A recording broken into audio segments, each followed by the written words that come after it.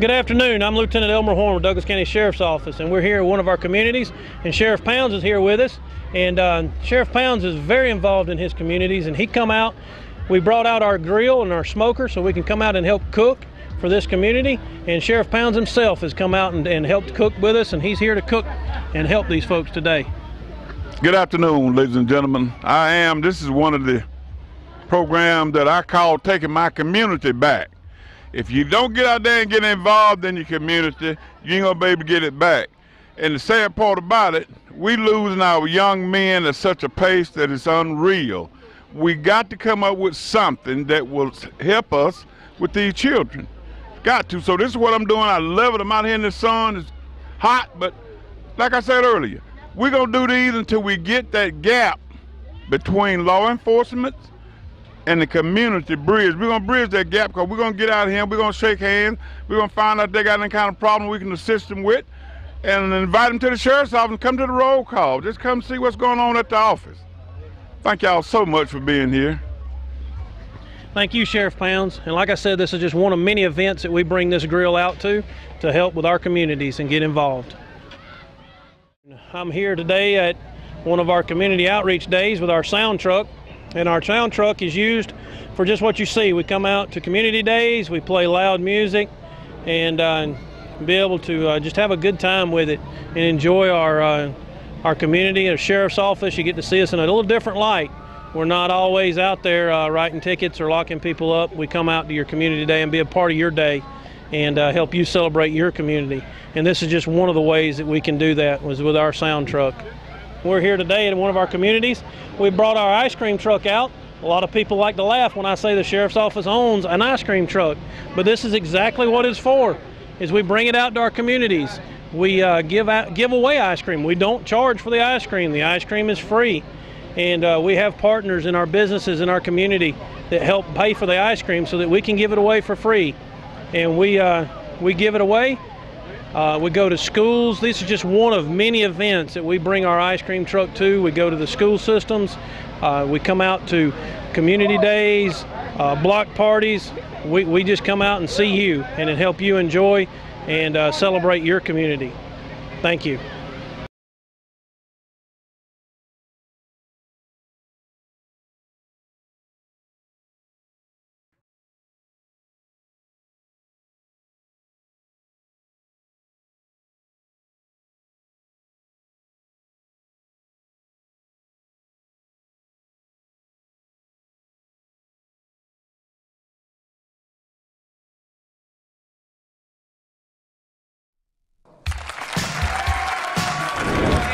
How are you doing? This is Antoinette Louise Joy, the author of Becoming Phenomenal. This is an hour of girl talk. Me and my girls are going to be kicking it on subjects like diet, nutrition, love, romance, marriage, dating, clothes, what to wear, fashion, hair, wig. We're going to talk about all that. If you want to comment or even if you want to ask a question, you can call us. The numbers at the bottom of the screen. This is my dream come true. What is yours? God is good all the time, and you can become phenomenal too.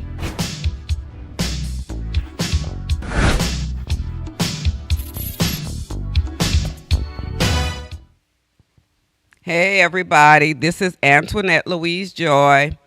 My book is out. First picture, Felix. My new book is out. It's out now. It's on Amazon, and it's called Jada Meets Santa Claus. So pick this up on Amazon. It's a real good book, and it's a companion to this book. So this was Jada and the dog, and now she has another adventure. She meets Santa Claus. Today on our show, it'll be me and my girl, Mia. Hello. We'll be kicking it, talking about, today's going to be really special. I'm talking about what got me started. So me and Mia worked together. I'm a nurse. She's a nurse. And we started working together years ago when I was all, just had moved here, just went through a brutal divorce. And my goal was to get back in the saddle. Like if you're a horse and you fall off the, fall off the horse, you got to get back in a date and everything. So that was what I did. So the next slide, what I started doing was, first I was overweight.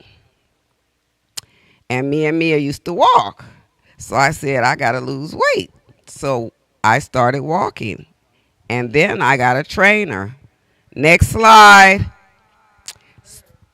So my trainer now is called Mo of Mo Fitness. And I'm still with Mo. It's been like 8 or 9 years. And before I got with Mo, I was with another trainer. So I started out the gate training because I already knew that I was overweight and I needed some help to lose that weight. My biggest thing was I liked all the stuff that everybody likes. Bread, French fries, potato chips, cookies, sweets, cakes. I don't particularly like candy, but I like cakes and pies. So that was my biggest thing I had to overcome, was eating. And my trainer pretty much gave me a menu to follow that it was carb free. So that's what happened. I started training with him. Now, my other trainer I had, the first one, I had lost so much weight that he put me on his website. And that's the next photo, Felix. I had got on his website. I had lost so much weight. And the difference was my age. I started this around 55, 56. And that's a little later in life if you want to become physically fit. But any time really is a good time. And then that's me up in the corner. I was overweight, and then after I had been with him, I lost the weight. So I've been trying to maintain since. I do stick to a diet. I do avoid bread, fries, cookies, candy. I do. If I want to have something sweet, I'll eat a cookie or not even a whole slice of cake or a pie, just enough to get my taste buds satisfied. But you'll learn that once you start training and dieting. Now, I do have Zumba at my house, and Mia also comes, and we do Zumba with Jazz. And so I do invite my girlfriends to come and lose weight and help. I'm not just saying it to tell you that I'm living it, because you got to live it. And mostly I was just healing from codependency and abuse and neglect and all those other things that had made my life a train wreck up until I moved here. Because before I moved here, I got therapy. But I'm just saying, after therapy, it helps. And I know that I'm talking to some person, somebody that has gone through trauma. And I want you to know that you can make it, honey. Next photo. I started being positive. I wanted to write so that I could help a woman. This is my book. This is the first one I wrote. It's called The Phenomenal Woman, because I think that all women are phenomenal. And if you don't know that you're phenomenal, it's because you're broken. So I was in a play. That's it. I was in a play. Never been in a play. Okay. I said, well, now I'm in a play. And I didn't just go on to be in a play. Next slide. Not only a play, I wrote the book, got in a play. Now I act. Then I started traveling with friends. Me and Mia went to New Orleans for Mardi Gras. She had never been, so I said, let's go. I'm from New Orleans. We went there. We had a good time, me, her, and Paulette. And I travel. I cruise. So every summer, and Mia too, I bring Mia. we go on cruises. This particular year, my grandkids came with me. That's two of my granddaughters. We had a good time too. So I'm beginning to live the life that I dreamed of, and now I'm doing podcasts. And these are my dreams that you have to work toward them in order for them to come true. So what do you think, Mia? You think dreams are possible, or don't dream, or?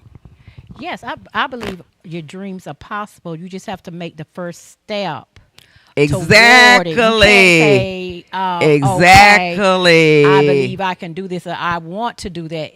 You have to make the first step. I believe I could Right. fly, but you don't buy wings. You don't get up Right. on a porch. Yes, you have That's to make us. the first step. That's First me, step. Mia, and Paulette in New Orleans. We had a ball. It was like 5 of us, and we got one room because during Mardi Gras, they don't have no rooms, honey. But I got one room, 5 women to one room. We had a ball. It's like we went all on Bourbon Street. We went to the parades. We had a good time. So what I'm trying to say is anything is possible. Anything. So am I going to limit myself? No. That play I was in is going to be in Chicago next summer. I'm going. I'm going to be in that play. I'm going to be doing podcasting. I might even do TV. Who knows? But the sky is the limit. Don't ever cross yourself out, honey, because you don't know what plans God has for you, too. You can do anything. I just want somebody needs to know that. Somebody is feeling today like they can't do what they want to do, but I promise you, you can do it if you put your mind to it. Gotta make the first step. You have to. And a lot of times, your people now, they might tell you you can't do it too. Now, we got a lot of haters. I had that too. Oh, you can't do that, or you can't do. You gotta have people on your team that's rooting for you. Put it up to you. Yeah. Yes, you have to have people on your team that's rooting for you, that's pushing you and telling you that you can do it. People that's giving you information, that's looking out for you. But let me see what I can do. If this what you want to do, let me see if I can do some research for you, help you. You have to have people that are rooting for you as well. And you're going to lose some friends along the way. I done lost a few friends, Lisa. I done lost a few friends along the way. And that's what happens when you're trying to make your dream come true. Because, again, everybody is not, even now, everybody is not going to help you with your dream. Everybody's not going to see what you're seeing. Or root you on. Or root you. Yeah, everybody ain't going to be on team you. You're going to have a lot of people they don't believe you could do it. They don't believe you're worthy. Exactly. But you can do it. God said, I can do all things through Christ. Who strengthens me. That strengthens me. If that's your dream. And if you ask someone that had a dream, the entertainers, the stars, the people that have been famous, if you ask them why are they doing what they're doing, they'll tell you, I had a dream. Look at Martin Luther King. I had a dream. And everything he said in that speech has come to pass. He said one day he wanted to see little black children and little white children playing together. Aren't they doing that now? Mm-hmm. It's possible. Yep. It's possible. Whatever you dreamed for can happen. So I think that a lot of people don't follow their dream because they might think that they're not able to, or it'll cost too much. But don't you know that if you have a dream and you don't follow it, that if you think it's only money that's keeping you from doing it, you don't think that that's going to stop you? It has to be a dream. It has to be a desire. in you. And that dream could be your ministry. Why God put you on this earth. That's what I'm talking Yes, about. it could be your ministry. So, you just have to take that first step and believe in yourself. First, believing in yourself. Yeah, my books are ministry. In them, I tell women that you could do whatever. Don't let anything stop you if you want to have a dream and you want to make that dream come true. So I started out writing. I started this book, Becoming Phenomenal. And from that book, I started the next one, which is another one that's the companion to this one, Becoming Phenomenal. And I went on and I told women a lot, especially about the mistakes I made. I had dysfunctional family. My mother was an alcoholic. My father was not present. And for a little girl, if you don't have a father, it messes you up because you're looking for your daddy and different men because you never had a dad. Yes, you never had an example of what a father is, a supportive person. So you're looking for it in what is familiar to you, which is other males that come into your life for And what is void in your and life. you're broken. Right. You're broken because I was broken, codependent, no daddy. My mother was an alcoholic. And the kind of men that you run across when you're broken, when you run across it, whether you're broken or not, are the kind that are narcissistic and they just want control. We know women that are nurses that have men that don't work. They live at home with you working every day, and the man drop you off in your car. He don't work. You give him your money, and he cheats on you. So those are narcissistic type of men. And if that's the kind of thing that the person you're dealing with is doing, then you're broken. Because I don't accept that. I have, when I was broken, oh no, nobody drives me nowhere. I drive myself. Oh no. Yeah, I ain't doing that. You're not dropping me off. I'm not doing that, and I'm not giving you my money. Unless you're a bill collector, I'm not doing that. But when you're broken, that's what happens in a relationship. And then after he done did all of this, then he gonna cheat. Oh no. Seldom do men stay with the woman that helps them, that build them. They become jealous. They become Jealous. They become mad at her. Jealous. And they move on because that woman builds that man up to where he wants to go, or where he wants to be, and he leaves that and goes to that woman that what he calls his ideal woman, that he could not afford, or he wasn't on that particular social level. So he leaves the woman that builds him up. Very few stay, but they become envious and they become upset because that woman has helped them, and they move on to the one that they want. Those are called narcissistic men. If you're with a man and he walks ahead of you, he don't walk beside you, but he's always walking ahead of you, something's wrong. That's a narcissistic man.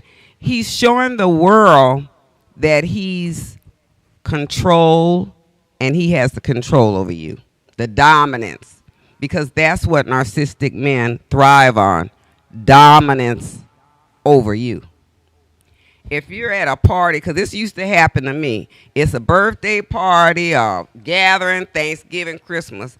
My ex-husband used to act crazy. He would find something to fuss about. I'm like, why you wait till you got all his family and friends here? Why is he doing Narcissistic embarrassing you. That's what they do. They embarrass you in front of your family and your friends. That's one of And their traits. they don't want you to have family or friends. How come they don't want you to have family or friends? Because the family and friends, they see what's going on and they can tell you, hey, this man is doing this and doing that. So if you're not around anybody that can guide you and see what's going on, then you'll stay in that situation. You'll say, oh, well, maybe I think that I'm not thinking right. Maybe this is not what I think it is. But if you have somebody else, a support system, family and friends, then they will tell you, baby, that's not right. Because mine told me, this ain't right. He not treating you right. I made excuses, but I was broken. I was codependent. I made excuses. I had all the red lights. When someone acts an ass all the time, that's who they are. They showing you who they are. Why do they wait till it's your birthday or a gathering to act like a donkey? That don't seem unusual to you. What? But if you're broken, it doesn't. If you're not broken or healed, then you know this ain't this. I'm not tolerating that. I'm not. You got next. Red flag. Oh no. Red flag. Red blaring light. He disrespects you, or he needs you to pay his bill. Yeah, I got child support. I need you to pay this $500 child support for my 3 kids. But don't you know there are women that do that? Yes. They do that. They will run themselves in the ground. They will Yes. work overtime. Yes. And we see that in healthcare because We do. because there's a shortage. And so they'll pick up a shift or 2 or 3 or they'll work double every day Yes. to pay their bills And to his. and to keep that man's income coming. Yep. They will do that. We've seen it. Yeah. We had seen a lot of women that are broken. And I've seen them, and that's what inspired me to write my book, because I've seen a lot of that. I've been a nurse for 40 years plus, and in my career span, I work with women. The majority, 99.9 of the nurses are women. We all have the same issues. It's about the life, your men, your kids, your children. The difference being a lot of us are broken and some of us don't even know it. The ones that are broken do all that Mia was saying. They pay bills. They got a man living in there. He doesn't work. He's at your house while you at work because you work in doubles every day. Then he at your house while you work in doubles with some other woman, taking this woman to your house that you pay. Riding them around in your car. In your car. And you don't seem to think nothing's wrong with that. And I often get, women that ask, well, what can I do? And what should I do? But when I tell them, the majority of them don't follow the advice. So I wrote a book. They don't listen because they have developed a soul tie. Yes. When you develop a soul tie, when you're with someone, Yes. when you see the red flags and you don't flee at that time and you stay, you just develop a soul tie with that person, and you can see the red flags and you stay. And those people who have developed soul ties, they need prayer, they need spiritual counseling, they need personal counseling in order to break those soul ties. Yeah, they don't want you to go to church. Now, that's one thing about the man that's narcissistic. He don't want you nowhere near Jesus. He don't want you to go because they going to tell you about him. And he don't want that. He don't want you with no friends because he don't want your girlfriend to tell you, because that's what they did me. My friends was like, girl, he ain't the one. And that's what my ex used to do, he called me Buckethead. My cousin them would be girl, they be upset. Why do you let him call you that? That's a form of control.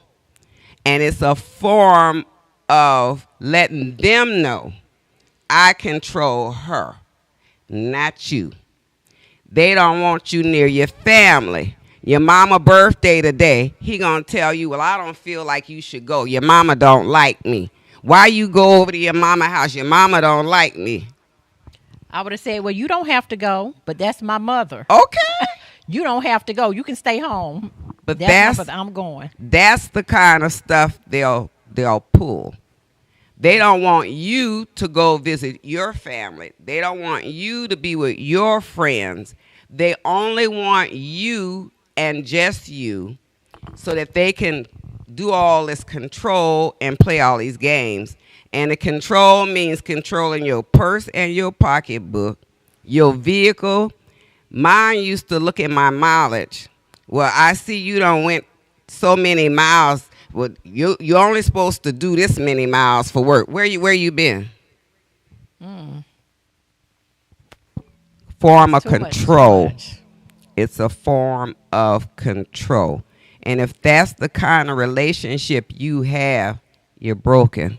You're either codependent or you don't know you have trauma. And for me, I didn't know. I was like 49, 50 years old when I went to get therapy. And the first thing the therapist told me was, you're broken and you're codependent. Mm-hmm. I got my feelings hurt. I said, there's nothing wrong with me. And that's called a trauma bond. Yes. They will go, a woman or a man, they could be a man too. They will go back to where that trauma, they have a trauma bond. They don't feel peaceful where there's no trauma. They feel that they're missing something, so they return back to that person who's causing trauma. Yes. Mm-hmm. I was broken. And after the divorce, I was with this man like 14 years. So after the divorce, I had domestic violence because it was domestic. The marriage was domestic and it was violence. It was physical, mental, and psychological abuse that I endured. Mm-hmm. But I knew something was wrong. I just didn't know what it was. So my family, and I thank God for them, they said, you need therapy. I thought something was wrong. Nothing wrong with me. I'm saying, like, I don't need therapy. They were like, yes, you do. And so I listened. I went. And that's exactly what the therapist said.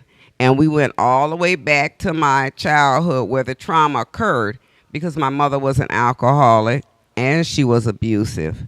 And that's where the trauma comes. When you're codependent and you're a child, the only thing you learn as a child is to please that parent. The parent, right. And that was normal to you. That was normal. The trauma and the abuse was normalized because that's all you knew. And if you displeased my mother, she would whoop you with extension cord, a bat, a board, a shoe. She would dispense pain because it's called abuse. Because that's exactly what it was. But back in the day, you didn't go to jail for beating your kids. I mean, not killing them. You go to jail for killing them. But I mean, for beating your kids back then, you didn't call that abuse. Mm-hmm. Parents were able to do that. And you can't do that now. Don't do that now. And probably because of the social divide, too. Yeah. The social divide. Back then, you had the whites was on this side of town and the blacks was on this side of town. And that was normalized, that type of behavior. Discipline. Mm-hmm. But what I noticed is that the kids then, when the parents were disciplining them, were not like the kids now. That's a whole. You didn't have kids. You don't have any discipline because you have babies. You have babies, raising babies, and then they don't. Back then, we couldn't sit and listen to our grown-ups talking. we got slapped in the mouth or slapped, and you go back and you play with the kids. Now they sit right there in front of you and listen to everything you say and look at everything you do. And they have a lot of contact now with more adult things. It's like they Social watch media. video, social media. They watch almost the movies now almost look like porn. Rated R. The children, they Rated got X. the nerve to have adult cartoons. I said it's called Swim. I was turning the channel one day and it said Swim. I'm like, what? Cartoons for adults. They have everything on cable that kids should not be watching, but they do. Social media stuff that kids should not be watching, but they do. And then you have kids that murder kids. You have bullying. You have all this going on because social media and TV make it possible. It's a lot of stuff, and that's contributing to more dysfunction. If you're a kid, you don't understand why your mother is mean to you.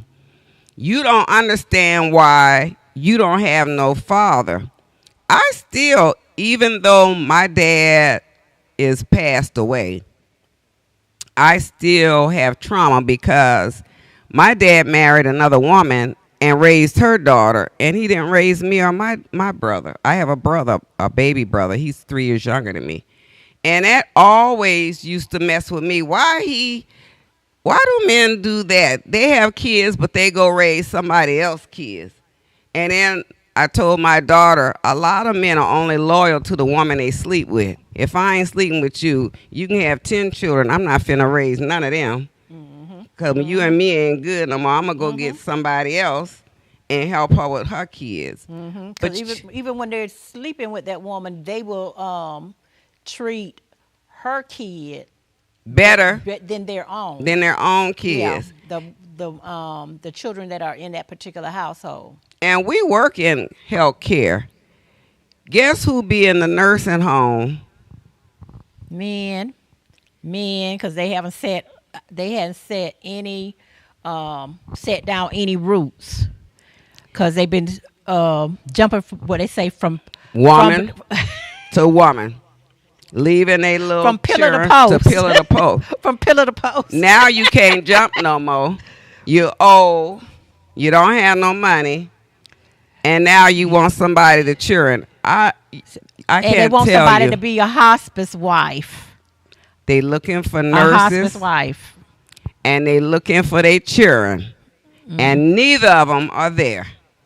I had a patient that died, and he gave us his kids, the son and daughter number was on his face sheet to call in case of emergency. He was dying. I called the daughter. She said, don't ever call this number no more. Hung up the phone. I said, well, it's on the face sheet, so I called the son. The son say, thank you, but I won't be coming. And hung up the phone. This man died. This is a true story. He died, and neither one of his kids came to see him. So when he passed, I did call the son back because the daughter told me don't call her number. So I did. We'll follow this when we come back. Thank you. Come back, and we'll continue. This is a true story. Put your car in park. Remove your foot from the brake and turn the radio off. Remain in your vehicle. Have your driver's license readily available for the officer. Keep your hands on the steering wheel, visible for the officer at all times. If you need to retrieve any items from the interior, explain what you're reaching for to the officer and avoid any sudden movements. Rolling the window down completely establishes a level of trust with the officer and allows for ease of interaction during the routine traffic stop. Be courteous and polite. Be cooperative and willing to follow the officer's instructions. During a routine traffic stop, the officer will return to his vehicle to run the tag and driver's license verification and complete a citation if one is necessary. Once the officer returns and approaches your vehicle, Whether or not a citation or warning is issued, please remain calm, courteous, and cooperative. Sign the citation acknowledging you agree to appear in court, and do not dispute the citation with the officer. The officer will give you a court date to explain or defend your infraction. Okay, ma'am. Like I told you, I did clock you at 51 in a 35 mile per hour speed zone. I did issue a citation, okay? This here is going to be your court date. I just need a signature from you stating that you received a copy of this citation, okay? Yes, sir.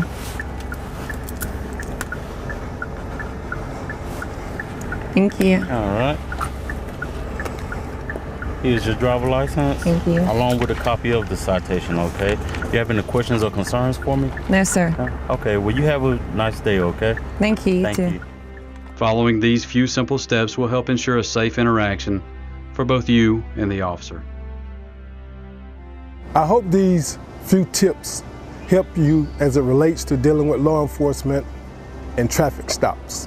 Not only in traffic stops, but in all encounters with law enforcement. We hope that all our encounters are safe for the citizens as well as for our officers. Again, we want you to be safe, and if you have any problems with the Douglasville Police Department, don't hesitate to give us a call and make your concerns known. I would add that Georgia is a right to carry state, and we hope that if you are carrying, that on these traffic stops and all encounters, please let the officer know that you are carrying. This will ensure your safety and our officers' safety. Thank you, may God bless you, and may God keep our community safe. We are one.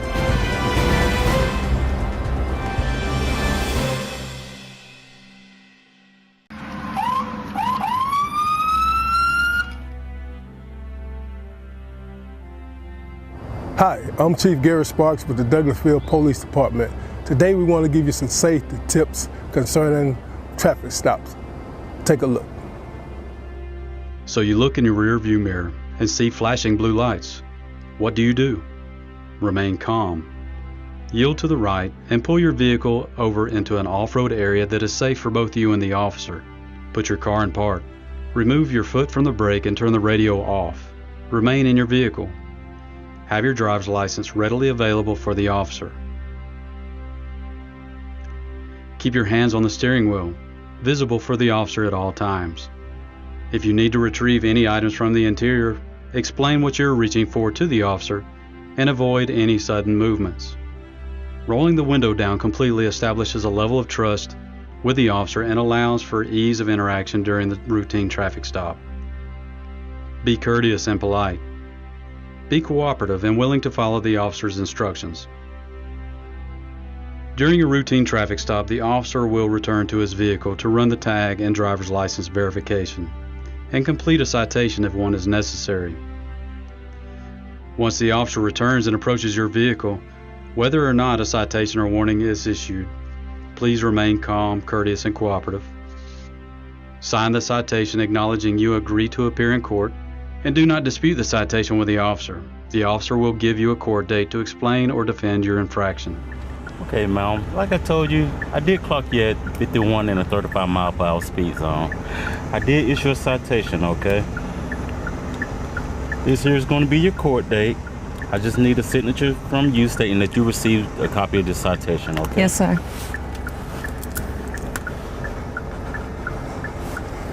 Thank you. All right. Here's your driver license. Thank you. Along with a copy of the citation, okay? You have any questions or concerns for me? No, sir. Okay, well, you have a nice day, okay? Thank you. You Thank too. you. Following these few simple steps will help ensure a safe interaction for both you and the officer. I hope these few tips help you as it relates to dealing with law enforcement and traffic stops. Not only in traffic stops, but in all encounters with law enforcement. We hope that all our encounters are safe for the citizens as well as for our officers.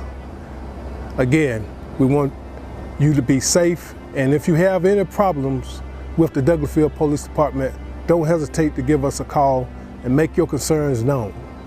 I would add that Georgia is a right to carry state, and we hope that if you are carrying, that on these traffic stops and all encounters, please let the officer know that you are carrying. This will ensure your safety and our officers' safety. Thank you, may God bless you, and may God keep our community safe. We are one.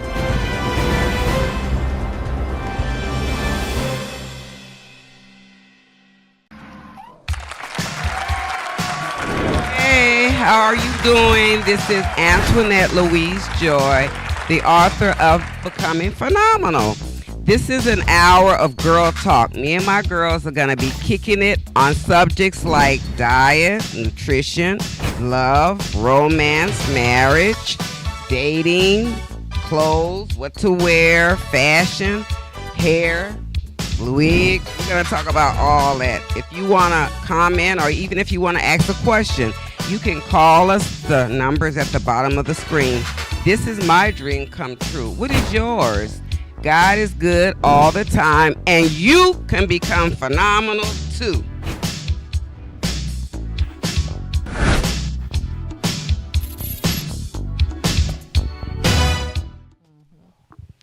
Hi, we just returned, and I was talking about my new book. It's on Amazon. It's called Jada Meets Santa Claus. It's a real good book, and I hope that you can purchase it maybe for Christmas giving or read it to your kids or grandkids, which is what I'm going to be doing with mine.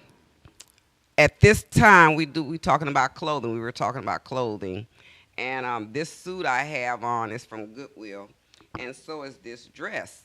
So I'm what you're called a thrifter. I go to Goodwill, and I got it from a coworker. And she was like, yeah, they got good suits there and stuff. And she went there. And I liked her suit. I said, okay. And I've been shopping there ever since. And on Tuesdays is senior day. I'm not saying I'm a senior, but I'm just saying. The clothing, some of them have tags on them. Some of them are donated from Macy's, from the various stores, TJ Maxx, Marshalls. And they, at the end of the season, they just donate these clothes. I guess it's a tax write-off. But anyway, they donate them to Goodwill. And you don't have to spend a fortune, is what I'm trying to say, to look good. You don't have to have $100 and $200 shoes. You just got to look nice. So I get clothes that I have earrings maybe that'll go with it, or some color, or I can buy something, jewelry, accessories, shoes, or whatever. But you know, you can get all that there at Goodwill. They have jewelry, they have furniture, clothing, a lot of the stuff like it's the holidays and I'll be cleaning up and decorating. So they have decorations for the holidays. So it's a good place, but I do garage sales. I do thrift shop. I just like to thrift. It's called thrifting. When you get old, you'll understand. You might not understand that. But when you get older, you'll probably understand and see where I'm coming from.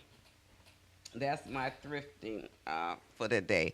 But when we, before we left, we were talking about dysfunctional and narcissistic relationships in men. So I was saying this patient died, and I called both of his kids, and neither one of them came to see him when he passed away.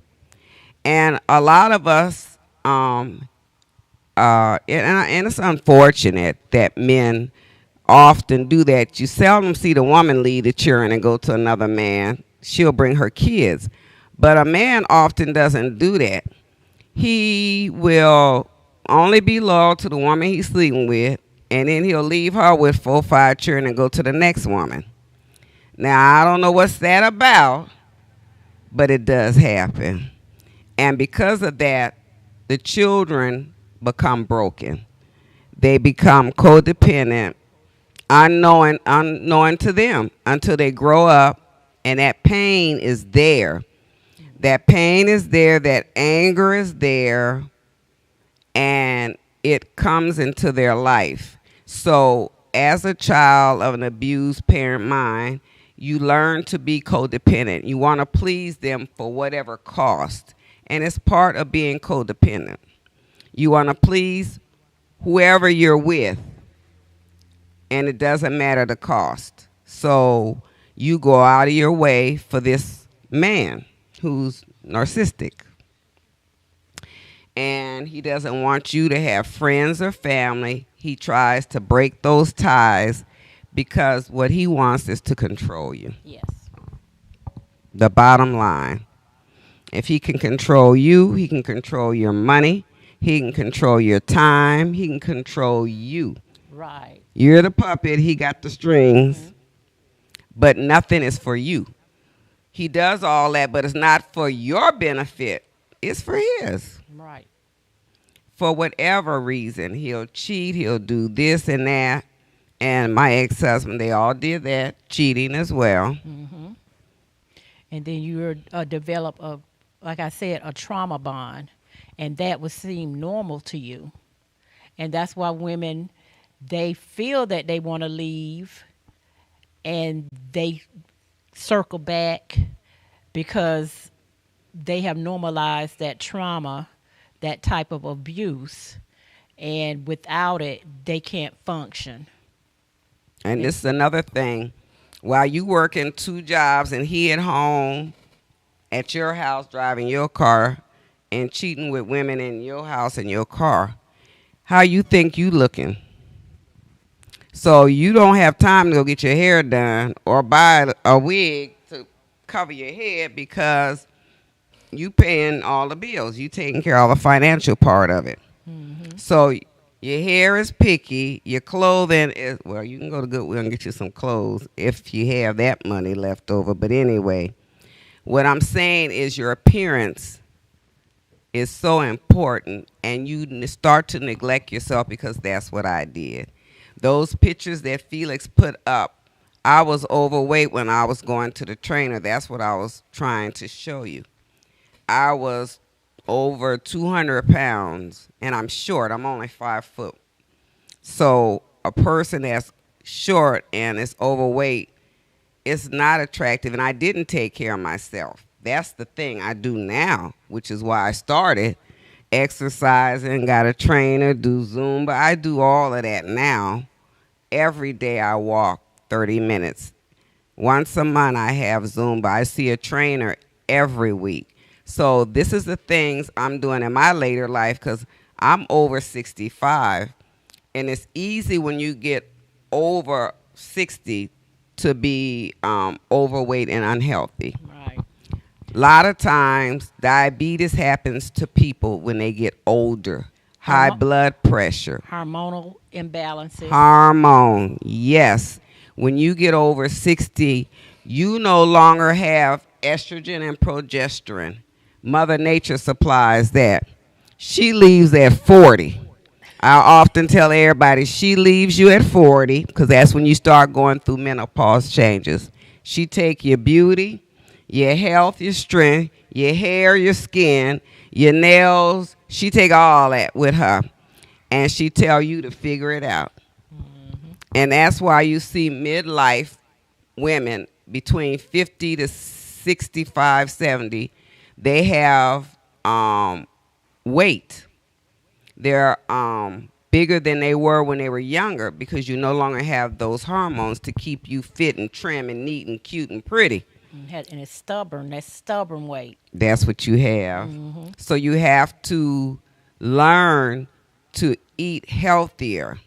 You have to have more vegetables, more salads, more healthier foods. And lay down the potatoes and the bread and the That's it. rice. Those are carbs that don't do no good. The only sodas, thing they the do, sodas. that's it.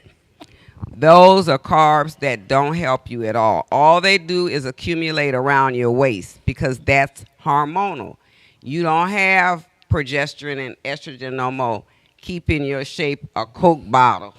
That ain't gonna happen no more. After 50 or 60, ain't no more Coke bottles. You ain't got that no more. You gotta work for that Coke bottle now. We gotta 'Cause work I gotta hard. work out. And that's what I do. And they say, oh, you don't look your age. How you look like you look? Honey, I work. It's a job. I work out every day. I walk 30 minutes. I do this. I do that. I do this. I do that. Yes, it's a everyday job just to stay in physical shape. And then I write books. Talking about books, I'm having a book signing in New Orleans The 12th of December is a Saturday at Chuck E. Cheese in Kenner. And then I have a book signing here in Conyers on the 21st in Conyers. And I'll be doing my social media. Where's your book signing going to be on the 21st? In New Orleans. Oh, yeah. That one in Conyers. It'll be in Conyers. It'll be off the Conyers exit. I have to give you the address. It'll be on my social media. Okay. They have a restaurant in Conyers, and we'll be in that restaurant. Okay, I'll be with Dr. Alice T. Okay. She'll be with me. She has a book as well. So we're teaming up, and we'll be doing a book signing at that location. And then in New Orleans, Mia was with me last year. I did a book signing for Jada's book. Remember when we were in New Orleans when I did the book signing? So why I do it in New Orleans is because my family is in New Orleans and in Louisiana, and I go there for them. And then I had it here at Burger King for this one. Right. And we have a good time in New Orleans. It's just not long enough. We go for the weekend, and we try to do everything in them 2 days. Yeah, have that family support. Yeah. And they want to see the book, and they want to see me. And then I bring books, and I sell books. I have T-shirts. I have a lot of stuff that I have at the book signing, and I get to meet a lot of the fans that want to meet me, and then I sign the book for you. So we have a good time, it's fun. So if you're able to come out to meet me and get your book signed or buy your books from me, please do so. That'll be in December again in New Orleans on the 12th, and then the 21st in Conyers. And you can keep up with me on TV 1061, Becoming Phenomenal. And you can keep up with me on social media. I am on TikTok. I am on Facebook and Instagram under Antoinette Louise Joy. I have so many people that are requesting friend requests on Facebook. So I am doing them every day, daily. I'm doing friend requests, people that want to keep up with the show and with what I'm doing. And I appreciate everybody for the love they're showing me. Just keep buying my books is all I can tell you. Keep watching, and we'll see. I'm hoping that next year will be bigger. We'll be doing bigger things and greater things. Yes. And I have a couple of more books that will be coming out. They're children books. I also have, I've written a couple of books. One is called Faith and Fear. The two can live together. You can have fear, but you can also have faith because God is able, honey. David struck down a giant who was 7 feet tall with a pebble and a slingshot. You can't tell me that ain't God. Oh. Hello. Antoinette Louise Joy podcast. How can we help you? Yes, I had a question. Yes. And the question is, how can working moms or working parents fit in time to work out as far as like physically to stay in shape while they have, while they're working and have all the responsibilities that there is in life? That's a good question. What I did was mall walking. If you have a mall that's near you, they can walk 30 minutes in that mall, 20 minutes in that mall. If you're just starting, you don't have to buy any equipment. You just put on a pair of comfortable shoes, mostly tennis shoes, and you start out 10 minutes today, 10 minutes tomorrow, 15 the next day, 15 the next day, 20 minutes. So you gradually increase your speed and your timing till you're walking at least 30 minutes a day. I know that when you're a parent, because I have 3 daughters, I was a single parent. What I would do is walk on my lunch, and I still do that. If you want something bad enough, you'll find a way to do it. I found a way. I did it on my lunch. So when I get off work, I went and picked up my kids. You go home, you cook, you do homework and that kind of stuff. And I've already did my exercise. So try mall walking, or try walking on your street. Start 10 minutes, while the kids are doing homework, or 10 minutes before you pick them up. Just stop at a local park, especially if the weather's nice, and you just do your walking. No equipment needed. You can have equipment if you want. You can walk with weights in your hand. You can really get physical. And what that walking does is burn calories, and that's what you want. You're going to keep burning your calories, which causes you to lose weight. All righty. Thank you so much. Thank you. Bye-bye. Bye-bye. Bye-bye. So, yeah, I get all the time, why do you have a trainer? I get those questions. Why not have a trainer? I don't know what I'm doing. I'm not I don't have any kind of specific degrees in getting healthy. I just know that the trainer will point me in the direction I need so that I can look like I look, and it's working for me. Right. Is it expensive? No. And even if it was expensive, I would still do it because all my family, most of them have passed away. My mother died at 40 years old. I done passed that by 20 years. I plan on living to be 100 if that's possible. And I'm going to live it healthy. I don't want to be old, and I have a lot of patients because both of us work in long-term care. And we get all the time, I wished I could have. Mm-hmm. If I could, I would. I'm sorry I didn't travel. I'm sorry I did. That ain't what I'm going to be saying when I get in the nursing home. Girl, I went here. Girl, I went there. Mm-hmm. They're stiff. They're contracted. And they're angry at me. You mad at me because you didn't live your life. Girl. They're mangry, they're mad. They complain all the time about what they should have did and they didn't. And that's not the kind of life I want to live. I want to be healthy, running around a nursing home. And if I'm one nursing home, I'm just saying. But I want to be able to be in charge of my life. Right. And I want to be healthy doing it. Right. That's all I'm saying.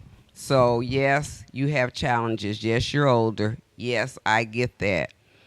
But you can still take time to take care of you. Mm-hmm. And, another thing, most of my friends are single. And dating when you're older is a challenge. You can do it, but it's a challenge because men like pretty things and men like women that are pretty. Well, most men, some men, we ain't going, but anyway. Men like to see a pretty woman.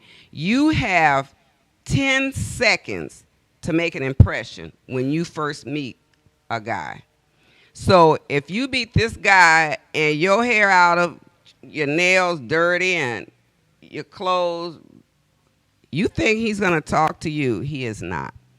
You have to make an impression. So I'm saying that to be healthy is not only good for you, but it's good for this gentleman that wants to date you. He's going to want to date someone that's healthy. He wants a woman that's intelligent, who's not. Because I asked them all when I was doing my book, I asked my husband and his male friends, so what y'all looking for in a woman? So this is what they say. Oh, I want a woman that's healthy. I want one that's attractive. I want one that's got her own money. I don't want no woman who always asking me for my money. Why you don't have your money? Mm-hmm. I want a woman that have this and that. So this is what I write in the book. I'm just telling you this. They might not tell you that, but in the back of their mind, they want a woman that's attractive, keep theirself up, and they're healthy. They don't want to get with a woman and you all the time sitting with her at the doctor's office or in the hospital every week. You got to go to her. Mm-hmm. And I've known, nursing her and we've had patients that were sick all the time. I ain't see the husband or the boyfriend. Mm-mm. They ain't finna come there if you sick, honey. Mm-mm. They not gonna do that. And they do that lip service. Oh. My fiance, my boyfriend, but then you never see that person coming to the building or on the unit. They're not gonna do that. So the best thing, now you'll do it. As women, we're compassionate, and for the most part, we will. But you can't. Yeah, men just. They be going on to the next. While they talking to you on the phone, they have the nurse at the job. This is funny, but this is true. This is true. So we had an older couple at church, and the wife died. She had cancer. Why the man got married the next month? Y'all wondering what is going on? I'm like, what? He had that woman in his pocket. He had that woman in his pocket before that wife died. Before that wife died, he already had her replacement. And it's not uncommon. I'm telling you, it happens. So the best thing for you to do is be healthy. Eat more healthier. Salads. They have salads just like if you go to Wings and things. They have a salad as an option as well as the wings and the fries. And I have a salad that I love. That's a fruit salad from my Publix people. Oh yeah, Publix have good and it salad. It has lettuce, it has a fruit. I'm not going to tell you because I'll be the name the salad, be doing advertisement. It has no meat, it has fruit, it has nuts, so that's your fiber. Mm-hmm. It has the cheese, that's your dairy. Mm-hmm. And you know, you don't have to eat just sweets. If you have a real sweet taste and you want sweets, fruit is a great way, especially in the summer. And it's healthy. I go get the fruit bowls. That Publix. Right. Pineapple is good for you. It's great. acidic. It's good for you. It's great. The watermelon is for hydration. And potassium. Right. Cantaloupe, honeydew, apples, oranges, all of this stuff is what you have to try to eat more of, because not only do they have vitamins, but a lot of times they'll help with your craving for sweets. I like canned peaches. I like canned pears. So I eat things, but not necessarily sugar. I eat more fruit-based foods. And then that helps your craving. The sugary drinks, the sugary coffee drink, I don't do any of those because they're full of sugar. And the vitamin C, there is a yellow kiwi that's not as tangy. I haven't seen that. It's a yellow kiwi. You can get them, and it has more vitamin C than an orange. I've never seen them. Yes, it's a yellow kiwi. I like that, and I like teas. Good. And with teas, you can put the honey in there as a replacement for the sugars. And green tea is healthy. Yes. I've switched from the black tea to the green.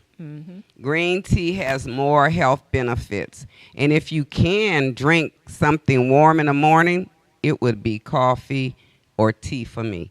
That's it for our show. Thank you so much. God bless everybody. Pick up this book, Jada Meets Santa. It's a great Christmas book, y'all. And have a phenomenal day. Have a phenomenal day. Hey, how are you doing? This is Antoinette Louise Joy, the author of Becoming Phenomenal. This is an hour of girl talk. Me and my girls are going to be kicking it on subjects like diet, nutrition, love, romance, marriage, dating, clothes, what to wear, fashion, hair, fluid. We're going to talk about all that. If you want to comment or even if you want to ask a question, you can call us. The number's at the bottom of the screen. This is my dream come true. What is yours? God is good all the time, and you can become phenomenal too.